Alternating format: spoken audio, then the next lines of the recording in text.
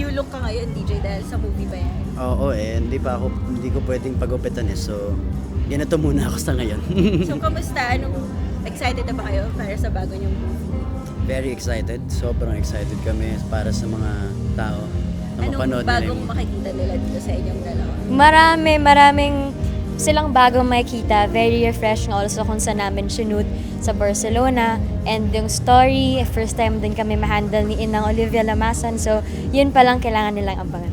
So, how was it working with Olivia Lamasan? The best. As in, yung best training talaga. Makuha mo yun kay Feel Inang. mo kung bakit siya tinawag na Inang, yeah. at Master Director. Iba yung experience ni Inang. Grabe. Kasi si Direk Olive minsan pwede siyang maging stricto as a director. Hindi minsan. Strict talaga siya. Lagi siya strict. Hindi, mabait. Sobrang bait ni Inang. Pero yung pagka-stricto niya, alam mo yun, yung may dating lang talaga siyang dapat kang matakot sa kanya. Yung ganun. Kaya, pero iba yun pag nakatrabaho mo si Inang. Iba yung feeling and yung matututunan mo, grabe.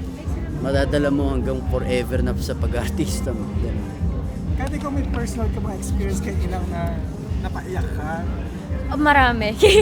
Marami kasi kung paano niya kami i-motivate, kung paano niya i-explain yung scene bago namin kunan.